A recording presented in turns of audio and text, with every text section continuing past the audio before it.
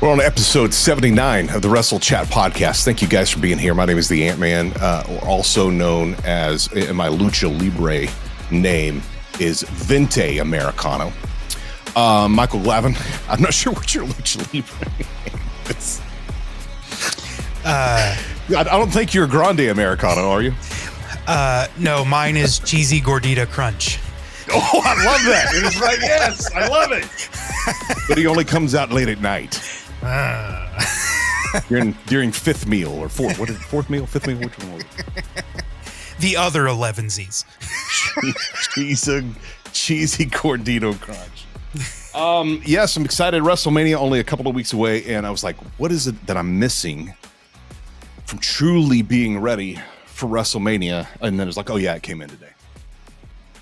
Yes. There you go. Yeah. Official WrestleMania t-shirt. So I saw this one. I was like, oh, I like that one. I bought it. And then I saw some other ones pop up and I was like, oh, I like those. And so I was like, don't want to buy this one. Well, it couldn't guarantee to be here before WrestleMania. And what was funny though, too, is after that, I was like, nah, I'm not going to buy it because if it's not going to be here before, I can get it afterwards anyway.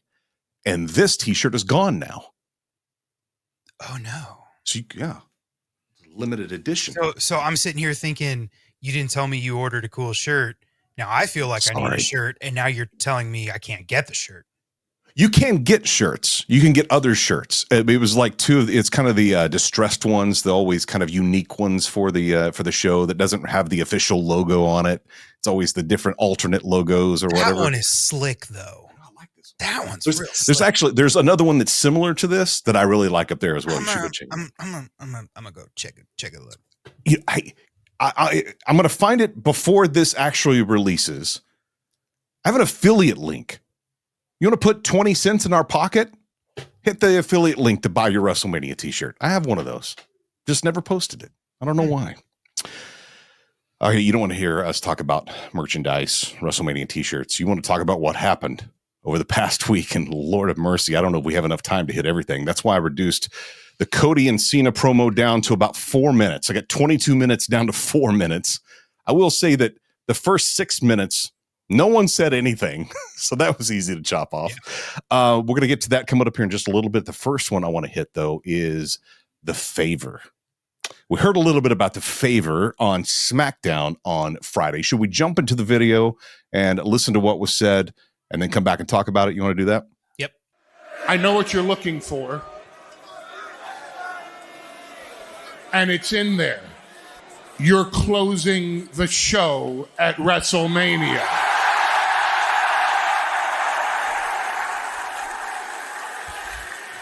You get to live your dream of all dreams. CM Punk, you are a WrestleMania main eventer. There's only one person you should be thanking. You should be thanking your tribal chief. Because of me, you're in the main event. So please, take this moment. Let's close the show with a big thank you and an acknowledgement to your tribal chief. Go ahead now. Do it right. The right way. Thank you, my tribal chief. The holder of the Ulafala, the head of the table, the big dog. Thank you for allowing a kid from Chicago to be graced by your presence. Thank you, my tribal chief, for allowing me to stand in your ring, and thank you so much. Thank you, Roman Reigns, so very much. But because of you, I will see you in the main event of WrestleMania. But that's not the favor that I'm owed. Oh my gosh, what? Didn't you? I mean, you assumed when you heard the first half of that, okay, there it is. That's the favor. He gets to main event WrestleMania. Did you expect the ending? No. No. Kind of, sort of, not really. No, it was so late, and you even see that they put up the creds. I thought, oh, they're never going to finish this promo. It's going to go off the air because it is on USA, right? And they had a little time to edit. I thought, well, maybe they put that up, and maybe they edited it, and we get to see everything. And I actually had stopped it before then, and I was like, I wonder if there's anything left. And I went back and watched it again and let it go all the way through to the very end. And that's what I missed. And man, am I so glad that I went back and watched all of it. Holy cow. That's not the favor. There's still a favor laying out there for CM Punk from the wise man. Care to speculate, Michael, on what you think that favor is now that we know that he's main eventing? Yeah. I mean, you would think that Punk would want to do something substantial, like get into some title situation or something like that. But the thing that keeps kind of coming to me is, what pull does Paul Heyman have in storyline? You know, I mean, he's Paul Heyman. He's a legend, Hall of Famer. But, you know, in the current landscape, just as the wise man, what pull does he have just to randomly put Punk in a match that he's not even affiliated with? You know what I'm saying? Yeah. So I want to think title, but then I'm like, okay, but does that make sense story-wise? And they have been doing a good job about making the stories make sense. Okay, so if it's not that, what's really left? Well, there's match placement. I could see, you know, the wise man abdicating for that. But wait, that's not the favor. So no, because you don't get any higher. You're at the main event. Yeah. So I don't know. Do you have any thoughts? Well, I like you, I thought, well, okay, then maybe it's some kind of title picture, which you're right. What pull would that's not his thing. He's not the title maker decider. Right. That should be a title. If you're looking to throw that up on job listings, title maker decider, could be a new listing at WWE.com and careers. 401k matching. That helps too. Maybe that's the favor. 401k. You're going to 401k match me. That's it. Absolutely. We're not independent contractors anymore. That's right. Get health care. That'd be awesome. I could, when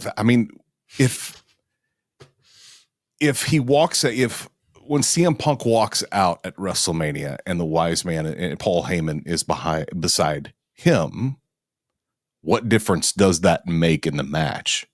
Mm-hmm.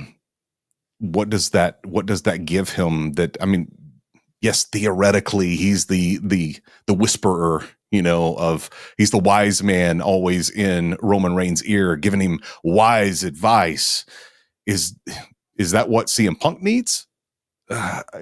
It's not a mouthpiece. He doesn't need a mouthpiece. He doesn't need someone talking for him. And CM Punk's arguably in the top 3 ever. I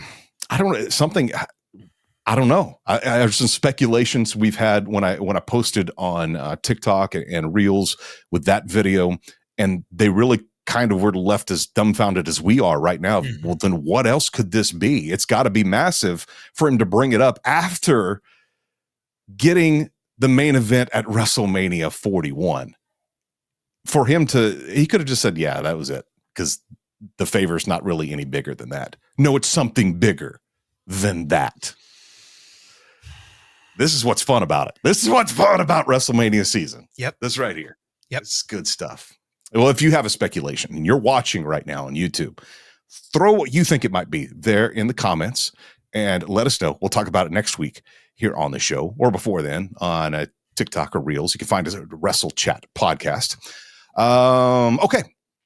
Let's move over to, I know what you're here, the promo class. The promo class between two of the best, Cody Rhodes and John Cena. Now, I mentioned 22-minute promo back and forth between these two guys. Lots of shots taken. I'm going to trim it down to a little over 4 minutes. Let's listen here and then comment afterwards. Here we go. We've listened to you talk for 2 weeks. Allow me, John Cena, to do your job for you. Right? You're gonna cook me. I've seen this discourse. You're gonna end me. Where do you want to start? Okay, for starters, I have a little bit of a lisp. Sometimes words with the letter S, I'll give you one. Stardust. I'm not gonna cook you. I'm gonna bury you. Just like I buried everyone else. They've been saying for years that John Cena buries talent. I don't bury talent. I am talent. I bury mediocrity. I don't give a rat's ass about your lisp. You have manipulated your way to the top of this business, and your ego outmatches your ability. I have been so great that the WWE can hand the heartbeat of this organization to my chauffeur. There's your why, Cody Rhodes, because you with that disgusts me. I tried to drill it into your egotistical skull. You have to be authentic because they can see through phony. You didn't listen, and it shows. You have showed me one thing, and the one thing you have showed me is someone mediocre wearing something meaningful nowadays is enough to trick these people. So after WrestleMania, it'll be great for you. Go straight to Fanatics, buy the toy belt that they buy, call yourself their champion. Because the last real champion is taking that home forever and exposing you for who you are. An errand boy that got lucky. Maybe you're right. Maybe I was chosen. But you know who chose me? They chose me. Can you say the same, John Cena? Or was it one guy in an office who chose you who's not here anymore and we don't talk about it? Oh yeah, let's go ahead. Strip everything away from me, right? I don't know who I am. Who the hell knows who they are? I know this. I'm Cody Rhodes. I'm a wrestler like my father before me. And if anybody is a company creation, it's you, John Cena, and not me. Everyone's so terrified of you on the mic. I'm not, because I know you've got more dick in that promo than you do in your jorts. Thank you, John. What a softball you've thrown me by saying you created all of this. You created me. Here's what you created, pal. You created a lot of disenfranchised fans who made it easy for me to pack up and go elsewhere and say, hey, look at me. Don't act like you cleaned up your room before you left and went to Hollywood, John. Don't act like you left WWE better than you found it. And while we're at it, there are two of us standing in this ring right now. And what I'm about to ask you might punch a giant hole in all that logic that you just threw up. And it's quite simple. Between you and I, which one of us sold out to The Rock? John, you're still my hero. But you're also a piece of shit. I have never left. I have always been here because no matter how high the hill is to climb, no matter what garbage they give me, I find a way to make it great. You had to leave. You had to leave because you realized that you're best you can't wipe my ass. I make empires for billionaires. All you've ever done is steal money from their kids. John, no. Hey, I just want to remind you, in all the time that I have been here and everything I've been through, never once has an audience, never once have they chanted at me, you can't wrestle. There you go. Now, first, let me ask you, well, here, let me just give it a little bit, steal a little bit. See some of that? Yeah, see some of that? All of it pushed together. Still get chills. Editing it down to 4 minutes. Anything that I chopped out that you thought was just absolutely pertinent that we say from here at the top, Michael? I think you got the highlights. I mean, unfortunately, I don't think you cut that much. Like, in terms of core content, like, I think it was mostly there. You know, by the time you leave room for soaking in the crowd and dramatic pauses and all whatever, I mean, it soaks up a lot of time, but no, that was the meat of it. And wow, just, I don't want to dive in and just skim the surface at first, then we'll kind of dive in as we go, but just two absolute masters of what they do. Yes, I agree. And not that I expected anything less of Cody Rhodes but it wasn't if you had asked me before, if they go in there, guns blazing, who walks out? And I'm not sure that I would have picked Cody. Right. Just for the fact of youth. I haven't seen him cook anyone or bury anyone like I have seen John Cena step up to the Rock. Rock Prime, Cena Prime. Calls out real stuff written on the Rock's wrists. This was the time for Cody to sink or swim, not the match at WrestleMania 41. We know that he can wrestle. And as a matter of fact, we know that we have chanted, "You can't wrestle," to John Cena. So I'll say when it comes to wrestling, I'm not worried about the match on that Sunday night, main eventing. He's going to deliver. He always does. He did when he was Stardust. He's always delivered when it comes to wrestling. I thought he's been good at promos. Mm-hmm. I've never thought that he was great until Monday afternoon. Right. Afternoon, because it was in London. I'll put this up real quick because I did ask who won this. This is what fans thought. 62% said Cody, 38% Cena. The one that I left out was us because I actually think that that's who won out of all of this, is just getting to see the expert meet the champ. Yeah. And both, of course, there was no question, would John Cena deliver? It was, would Cody deliver in an instance like this? And I would say he more than delivered. Mm-hmm. What do you got? Yeah. So diving into it a little deeper, I agree. I didn't expect that out of Cody.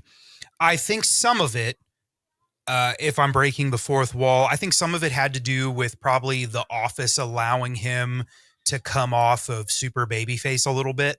Not that the language constitutes that, but also just kind of that aggressive verbal attack approach. Yeah. Like normally you don't see that as much in like the real squeaky clean baby faces.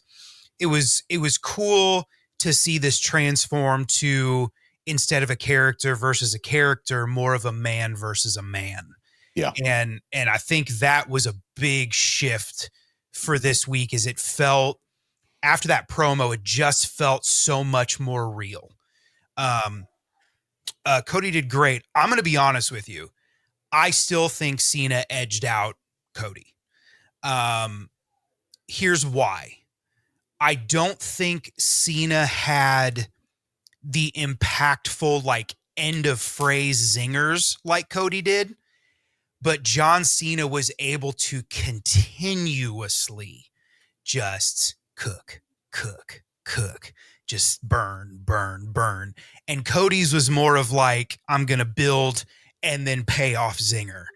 And I just felt that, like, the stuff that, even though Cody had some great moments, I still think overall the combination of John, his vocabulary, his experience, but then him playing this kind of, what it is it's wrestling Thanos is really what it is, because he's this good guy character, bad guy character with almost this pseudo good mission, but does it in a not good way. You know, it's very captivating because he slips in and out of, well, like, oh, well, he has a good point with that. He's a piece of bleep. Like, you know, he just slips right in and out of that. And it just makes it so, so good. So I do think that Cena edged him out, but I do mean edge, just slight edge. Not Adam Copeland. I will invite you to go back and watch the full thing with responses from crowds, because there was something you just brought up that I picked up on during the full segment, and that was how the crowd responded to John Cena saying that he was going to take that title off of Cody. It was like just, I'm not sure it was the whole audience. It could have been a vocal minority. Right. It could have been just the Cena fans that cheered, and they just happened to be really, really loud. But it was at least in this battle between the two, an unexpected segment cheering for John Cena. Now, I will say that I lean the opposite way, which that's what I love about this. We can give both sides of this. And the reason I do that is because Cody was after the initial launch, which he was trying to disarm John Cena with, hey, I'm going to make fun of my list. I'm going to make fun of my tattoo. I'm going to make fun of, Stardust and my old character and what have you. But the rest of the time, he was responding. He was giving back and responding to what John Cena had to say. I have a feeling that there was a big portion of that just from other conversations I've heard about John Cena that they may not have had prior to them walking to the ring. So if some of that was, you say what you want to say, I'll respond to you the way that I'm going to respond. You respond to me the way that you're going to respond. And if that truly was that, it makes it even more meaningful for me that Cody Rhodes did that, because I'm the guy who in the moment will go, okay, and I'll think through it. And then 30 minutes after it's over with, I go, you know what I was just thinking about? I would have said this. And to be able to do that in the moment and just the best zingers are always a half hour later. maybe a day later in some instances, the best ones, but right in the moment and on the spot. And it truly felt organic. It truly felt original, truly felt like we're just going to dig into places that we may have thought about at some point, not fleshed out, not maybe some things that we've heard from other people, even went to the IWC. John Cena touched on the internet wrestling community and some of the, you say that I bury other people. I'm going to bury you right now. Since I bury so many people, why not you, Cody Rhodes? I think this is going to be one of those that we will talk about 5 years, 10 years, 15, 20 years down the line. Remember that promo between John Cena and Cody Rhodes just 2 weeks before WrestleMania 41? Kids, this is how you do promos, and you sit them down and you show them this. Just fantastic. All the way around. I would kind of up the ante, and I would say that even though John's got a little age on him for wrestling, not for life, obviously. We're the same age, so I hope you don't take that. Well, better be going. No, I really think the match is going to be absolute fire. I really do. I think John has kept himself in really good shape. Obviously, he's dropped a lot of muscle mass on purpose, and some hair, and a little bit of hair. But I really think that going into it, he's going to be training. He's going to be able to pull out all the stops and make sure that match is good. But then the great thing is Cody is obviously in his absolute prime. And which I don't think there is, if John does have some type of shortfall, Cody's the perfect dance partner to be in there with to help take care of him. But I really think, and man, people out there may throw tomatoes at me for this, but I kind of have this feeling that this match is going to be something we look back to, similar to how we look at Shawn Michaels Undertaker, back that year. There's something, this is a passing of the torch moment. Because people get confused that passing of torches have to be between two full-time people where the older guy's handing it to the younger guy, but we're both still here. No, it's not that at all. You have guys, Roman's been there for a while. Mm-hmm. Roman's had those moments. And I think we started to see that with Cody actually going back to SummerSlam against Brock. I think Brock giving Cody his flowers in the ring like that was kind of this process of saying, hey, you are the company guy now, even setting him up for after Roman. I mean, look how much since WrestleMania 41 that the overall look of the company, the way they promote things has shifted more toward Cody. Yeah. And you mean since WrestleMania 40? Going into this 41. Oh, yes. I'm sorry. WrestleMania 40. Just making sure. He won the title. Yeah.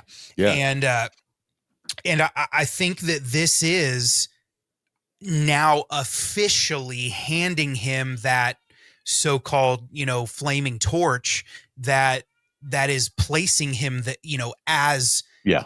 the new John Cena, as the squeaky clean babyface guy for the next 5 to 10 years. And say this too, passing of the torch can also mean Cody losing the title. The title can go to John Cena and still pass the torch to Cody Rhodes. Absolutely. Absolutely. Independent of each other. This is to build on what you just said. It's about the story. It's about these two guys doing this. These are not two guys that you would ever put together in any other situation. This is beyond a main event. This is a match that dreams are made of. I mean, this is the Undertaker Sting match we didn't get. I mean, if you really think about it, two major players in the main event of WrestleMania. And so, one guy who we swore up and down 2 months ago was going to go out being the squeaky clean guy. That's right. And that subtle shift has created a match that otherwise in the rest of history, backwards or future forward, would never have happened. Yeah. And so I think this match is just going to be absolutely huge. And is it going to be Flippy McFlippy or anything like that? No. It's going to be a classic wrestling match that relies on telling a story with the sprinkles of athleticism, which is the way it should be. That was almost your lucha name, wasn't it? Flippy McFlippy? Uh-huh. Yeah. That's what I thought. I'll see if you think the same on this, but I'm completely fine. And I wondered about this, but I'm completely fine if I don't see them in the ring together until WrestleMania 41. Yeah, I'd be fine with that. I don't need them in the ring again, talking, having any more physicality, nothing. That was good. I'm ready to go for 2 weeks. That'll hold me over. This will probably never happen. But there's one thing I've wanted to see this whole time. After John Cena's turn, I've wanted him to do a promo via satellite so bad, because it calls back to multiple things. It goes back to him and The Rock and the way he did that to The Rock, but then it aligns with the current story because he's currently aligned with The Rock. That's true. Yeah. But then maybe they will. Maybe. But then furthermore, it continues that heel turn because it's something that he now does as a bad guy that he dogged on other people for doing. That's so good. But then it also accomplishes keeping things moving without them being in the ring, to your point. Touch on a couple of things before we wrap this up. One, I am now more interested, not less interested, and still not fully invested, but more interested now in Gunther Jay after Gunther just bloodying Jay's brother, Jimmy Uso, after Jay was, zip tied to the middle rope, couldn't get to his brother to help.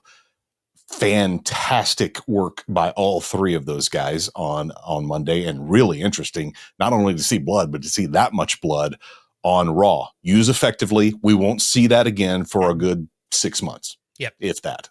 Yep.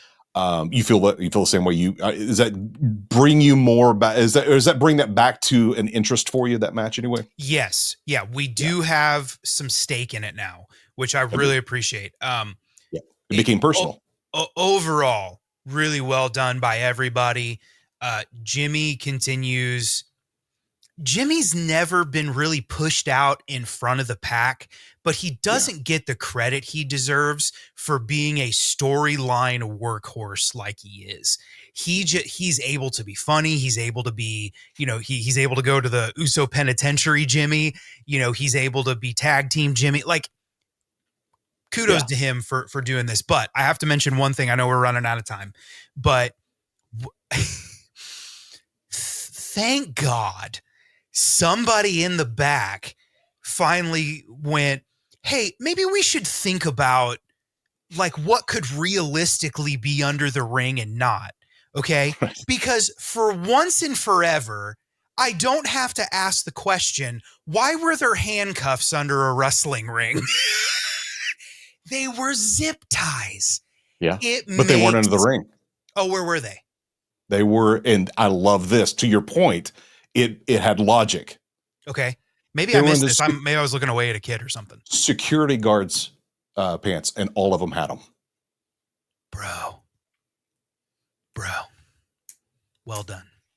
Every security guard. I noticed that because I came in, same deal. I had to jump out, came back in. He's zip tied. I'm like, well, when did he get the zip ties? I rewind it and I see that a couple of guards had zip ties sticking out of their back pocket or their belt or something. I'm like, oh, he got them from security guard. And then he power bombed a security guard onto the steps and then took the zip ties from him. All that to say, not having to explain a pair of handcuffs is, I'm very thankful for that. I agree. I see. Though, if you were going to take a pair of handcuffs, they should have come from a cop, not stuck underneath a ring in a bag. That makes no sense. Preferably, preferably one of those cops that they get a lot now that looks like it's straight from like a Spirit Halloween store. Yes. You still see like the creases in it from the plastic packaging. This has been folded up. I need something just like that though, between Trish and Tiffany. So we could have that done in the next 2 weeks. That would be great. I would appreciate that. Last thing we'll leave you with here. I ask you on Instagram, because this is the time of year when the official theme song starts for me become really annoying. Yeah. You know, it's called Fiend from Travis Scott. That is the theme song for this year. And you'll notice that anytime they show the strip in Las Vegas, that song is playing. And not only do they play it repetitively, the song is repetitive. So this one's even worse than all the other ones. But you look back on ones after you've had, time to let that song get out of your system. You don't just hear, I woke up the other morning and Fiend was playing in my head. I'm like, this is awful. I can't. One, I don't really care for the song. Two, that it's the first thing I think of when I wake up. I'm singing that. But you get to that place where you're like, they did their job. Exactly.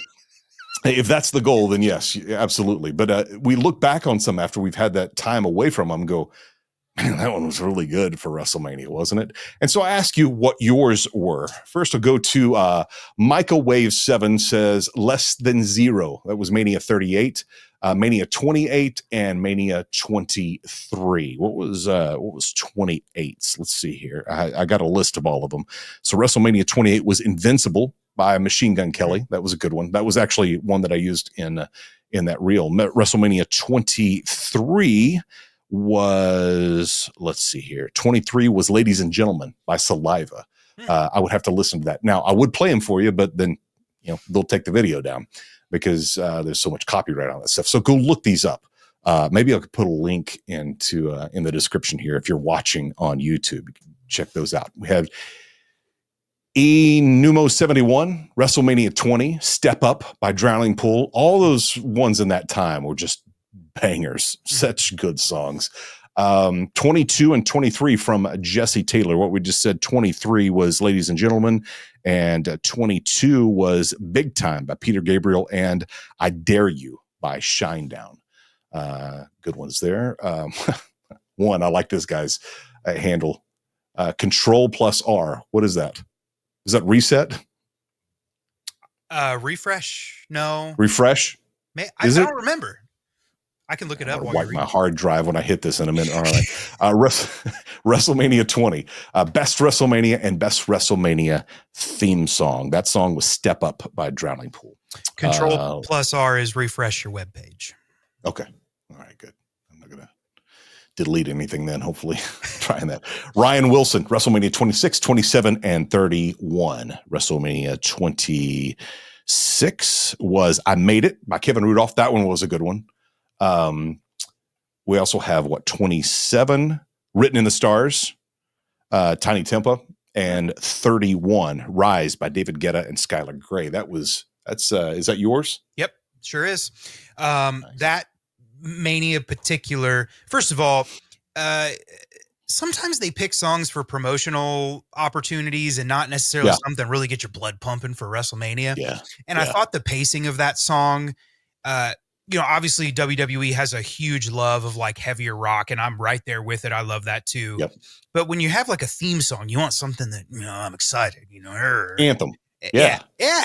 And that song particular, Also, just that year was also just a really memorable year for me, WrestleMania wise. Just a lot of fun, great memories tied to it, both in the show and out of the show.